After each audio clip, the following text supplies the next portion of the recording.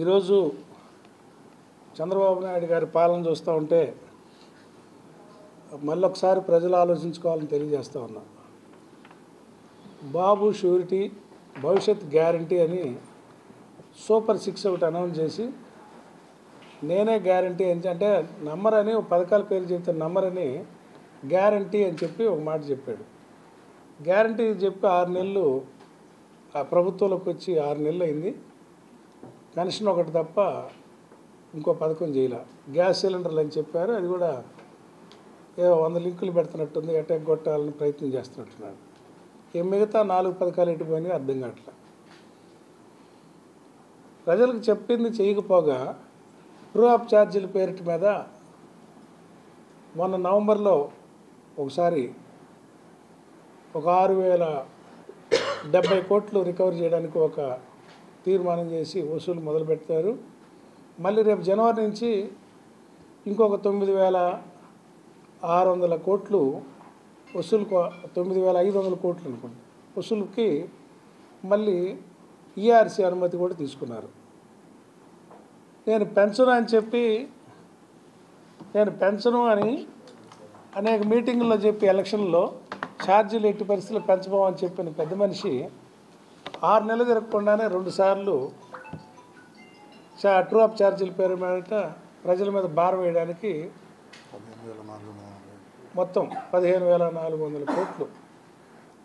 ఇది తెలుగుదేశం పార్టీకి బుద్ధి ఉండాలని ఈ సందర్భంగా తెలియజేస్తున్నా. ప్రజలకి అధికారంలోకి రావడానికి ఏదో ఒక అబద్ధం చెప్పటం, వచ్చాక తూచని అంటే ప్రజలకు గుర్తుండవలేనో లేకపోతే అడగరలేనో ఆయన ఉద్దేశం ఒకసారి అర్థం చేసుకోవాలి. గతంలో కూడా రుణమాఫీ రైతులు ఎవ్వరూ డబ్బులు కట్టకండి, నేను వచ్చాక ఎవరు మన సోదరుల మెళ్ళలో అంటే ఆడవాళ్ళు మెళ్ళలో బోసిగా ఉన్నాయి, మీరందరూ ₹1 కూడా బ్యాంకులు కట్టమాకండి, నేను రాగానే మీ పుస్తకాలన్నీ తీసుకొచ్చి ఇస్తానని చెప్పి అక్క చెల్లెమ్మలకు హామీ అని చెప్పాడు. అది మర్చిపోయాడు. ఒకేసారి రుణమాఫీ అన్నాడు. విడతల వారీగా వాళ్ళకి వడ్డీ కట్టకపో వడ్డీ కొద్ది కడతా చివరికి వాళ్ళ రైతులు డిఫాల్టర్లుగా మార్చారు బ్యాంకుల్లో. చంద్రబాబు నాయుడు గారి అబద్ధాలు మళ్ళొకసారి ప్రజలు గమనించాలని ఈ సందర్భంగా తెలియజేస్తూ ఉన్నా.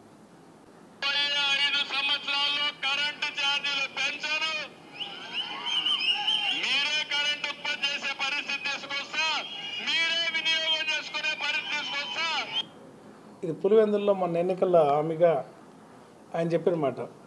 ₹1 కూడా పెంచనన్న మనిషి ఈరోజు ఏ మొహం పెట్టుకొని పెంచుతున్నారు అంటే ప్రజల అమాయకులైనా లేకపోతే ప్రజలను వంచడం సులభమనే తెలుగుదేశం పార్టీ ఉద్దేశమని ఈ సందర్భంగా తెలియజేస్తూ